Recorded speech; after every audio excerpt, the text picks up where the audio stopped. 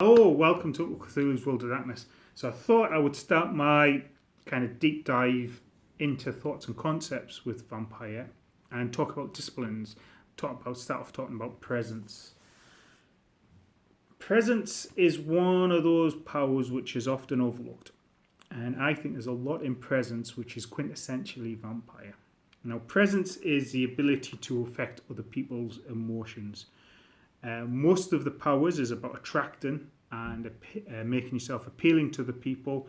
Some of the other powers is about pushing people away and causing fear. Four main clans which have presence: the Toreador, the Ventru, the Bruja, and the Follows a Set Ministry. And they're going to have their own ways of looking at it. Some may use it differently to others, and certainly in V5, with they're having discipline choices at the lower levels, certainly clans will meander differently towards that, and different character concepts will do that. One of the interesting things I thought for Requiem was they pulled presence, the sort of repelling, the fear part and the love part, and they created a discipline called Nightmare, which Nosferatu held, and I really like that. And the sort of diva had the kind of attraction powers of presence. So what I thought I'd do is just go through the powers as was from the Green Book, and then talk about V5 and options for V5. And maybe just look at how it's changed as well. So presence level 1 was Awe. And awe affects everybody around you and makes you the centre of attention.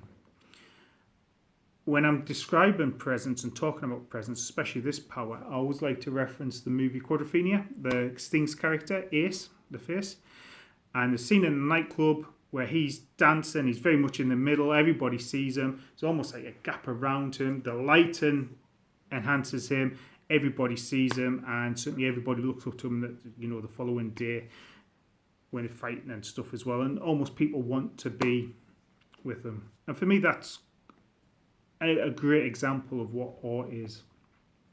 One of the things I kind of see, and a couple of games or players, when they first try using awe, they think it's affecting an individual. That's not, that's entrancement.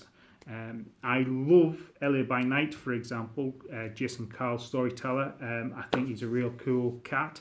I'd love to have a sit down and a chat with Jason Carl one day, but awe always seems to be only affecting the person talking to. Certainly when we've used awe in our games, I've made a point of telling the other players that they are then getting attracted to the person using the awe as well. And I'll talk a bit later about how that must feel. So awe, the second power is on an individual, and it's dread gaze. You've seen it before in vampire movies where the beast sort of comes forward and the person's scared off, pushing them away. Third level power is entrancement, and this is kind of an enhanced version of awe but focused on the individual, and really start to take control of that person's emotion and create love. And level 4, it's another quintessential vampire power scene in Dracula or Summon. So that is pulling people from elsewhere to yourself. And finally, the fifth level power is Majesty. And Majesty is a big aura effect where you are almost godlike in your persona, that people daren't even think against you, and they're just there in rapt attention. The interesting thing about presence is for social characters, Dread, Gaze and Majesty is the ultimate combat defense. The other powers don't work in combat or against people who kind of really want to do you harm. But those two powers, Dread, Gaze, get attacked, Dread, Gaze, force off your attacker, hopefully make him flee. Or Majesty, your attackers are just kind of stupefied and will stand there. So like it says, V5 does something interesting with presence, and it splits it into the two parts. Multiple choices at different levels. So level 1, you've got a choice of awe, or don't. And again, coming to clans, certainly I could see the Toreador, Ventrue, and some Brujah favouring Or, maybe even Ministry, and then some Brujah who just want to be the badass on the streets, on the hog. Maybe wanting that daunting effect as well. Maybe some Ventrue would want daunt instead of Or.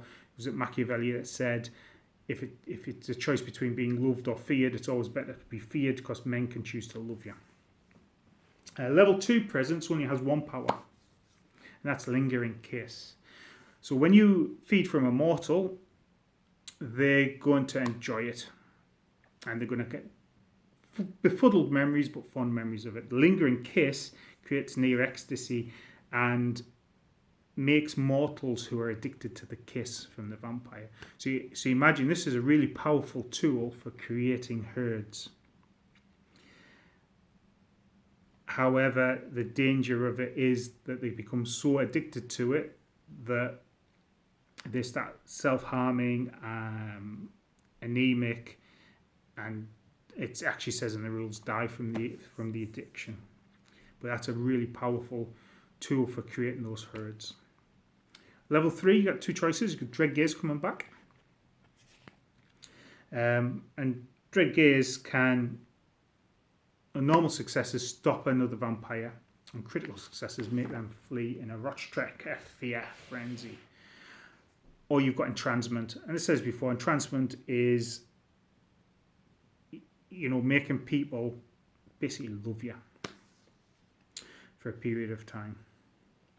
Level 4 is really interesting. So level 4, we get our first presence amalgam power with Dominate, and that allows the person affected by it to hear the words and follow the dominate command. So it's presence level 4, dominate level 1. So I could phone up somebody and dominate them over the phone. Oh, tell a lie. Does not apply to voices transmitted through electronic media. So normally, dominate requires eye-to-eye contact. This would allow me to not have eye contact and to be able to dominate somebody. Then summon comes back to level 4. Now summon is an incredibly strong power. And with this, it defines that you need to have kind of fed from or used other powers like Awe or Entrancement or Majesty on them before, or tasted the blood to be able to summon them. Calling effects for a night, after which it subsides. Well, it's really interesting. You could summon somebody from another state. Obviously, you don't reach your first night. Resummon them, and pulling them closer to you, which I think is really interesting. It's really powerful. And again, you think about different vampires as well. You could be in a city and we're talking about herd and herd maintenance, pulling that herd to your haven. And finally, level 5 powers, two interesting powers. Classic Majesty, which is so powerful it takes 2 rouse checks. Okay. The other power is Star Magnetism, which allows the power of presence to appear over live feeds, and recorded images don't retain the effect. So you could use presence powers over the phone, for example.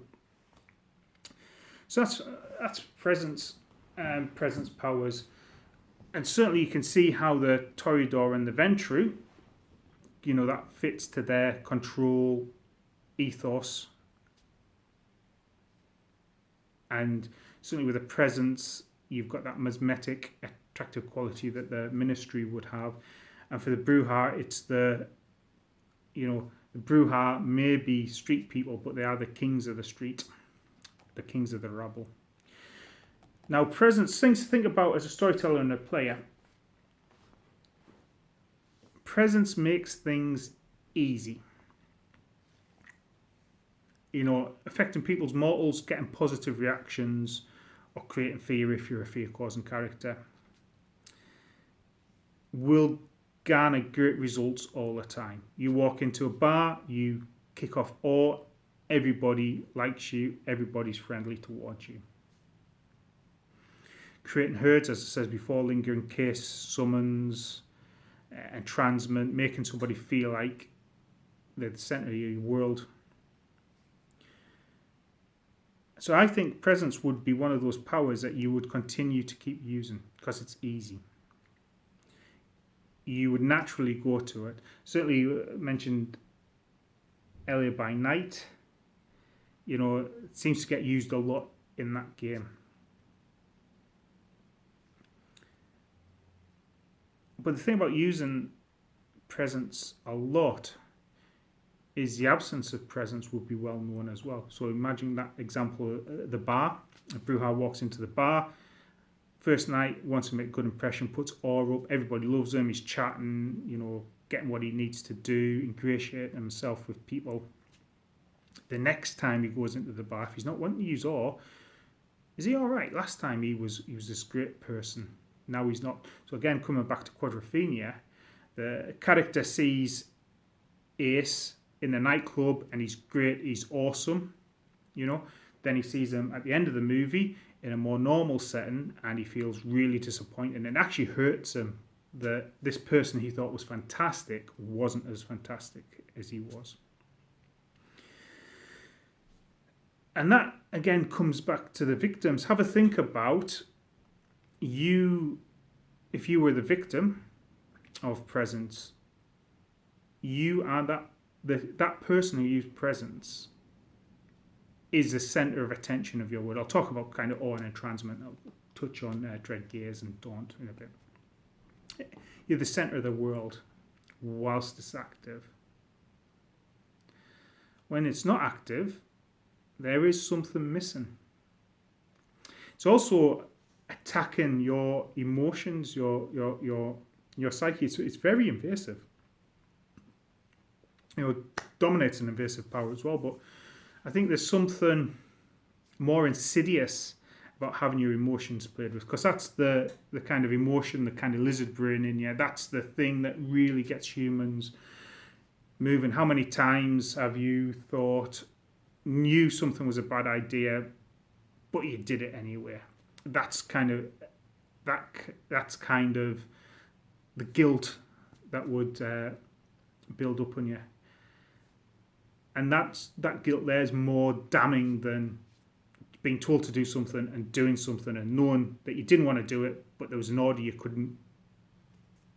couldn't disobey. Whereas playing with your emotions and forcing you to do things from an emotional point of view, that's going to be the thing that keeps eating at you. Certainly this year I've over lockdown put weight on, and when I've had a blowout on like eating crap and cakes, I'm thinking I don't want to, but I do. I don't want to, but I do, and the guilt weighs heavy on us. And think about daunt and think about dread gaze. If you've been the victim of that, or actually even seen it, because if you're in a group and dread gaze is being used, would you really want to be around that person? If someone's got daunt or used daunt and you've had a negative experience of them, would you really want to be around that person again? And if you had to, you're going to be minding yourself about that person.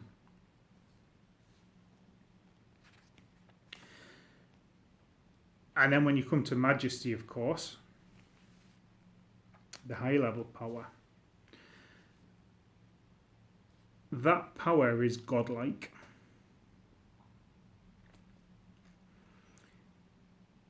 Again, when that power's not being used, but you've seen it used, you're always going to be wary about that person who used majesty. It is an offence upon you. It stops you in the track. It says in the book here, heart-rendingly beautiful, monstrous, terrifying. It's kind of almost like Lord of the Rings when Galadriel was talking to Frodo when she casts off, and I will be a dark queen and all will love me and all will be terrified of me. Again, that's I think a really good example of that kind of sheer power that majesty holds. And actually, compared to the sheer awesome power of majesty, star magnetism, unless you're a very specific character, would seem rather tame to me. So yeah, so presence. So for me, to summarize, presence is one of the most powerful vampire disciplines. Certainly for vampires who want to influence and control mortals. It's got great defensive capabilities in dread gaze and majesty. It's one of the few powers which can affect multiple people. And for me, it's one of those powers which are often most overlooked. But it comes at a cost. It might not be direct problems with the Masquerade, but it's going to affect people, and the way those people are affected will lead to really interesting story arcs and decision points later on. Certainly for me as a storyteller, I like to play around with the effects of presence on people and the other PCs and think about actually how would that person feel, how will that person react if they meet him again. So for example, maybe you've used it on a doorman getting into a club, no trouble. Next time, get into the club, no trouble. Third time, get into the club, use it again to get in, but you've caused some trouble. That doorman's going to be getting stress from his supervisors for letting you in and causing trouble, especially when you come and use it or again. You're like, why am I always letting them in when they've kicked off trouble and I'm getting into trouble here, but I can't stop it. I can't help myself. I really like them.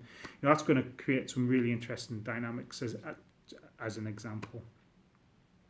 And again, I think the more you use presence, especially just the lower level to get what you want, the small transactional analysis, that's probably the wrong word, small transactions with people where you're using presence, that's going to be the bits that you're just going to keep on using. You're addicted to it.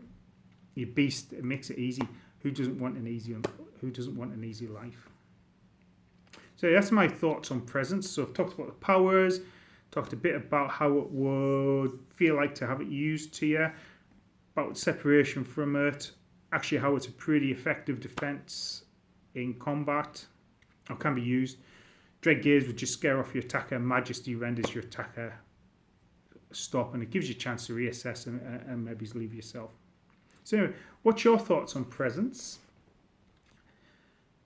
Have you got any questions about presence or any ways that you think people should be thinking about presence? I look forward to hearing about it and look forward to chatting to you online. So that's a quick overview of presence. Okay, so that's bye for now. Bye.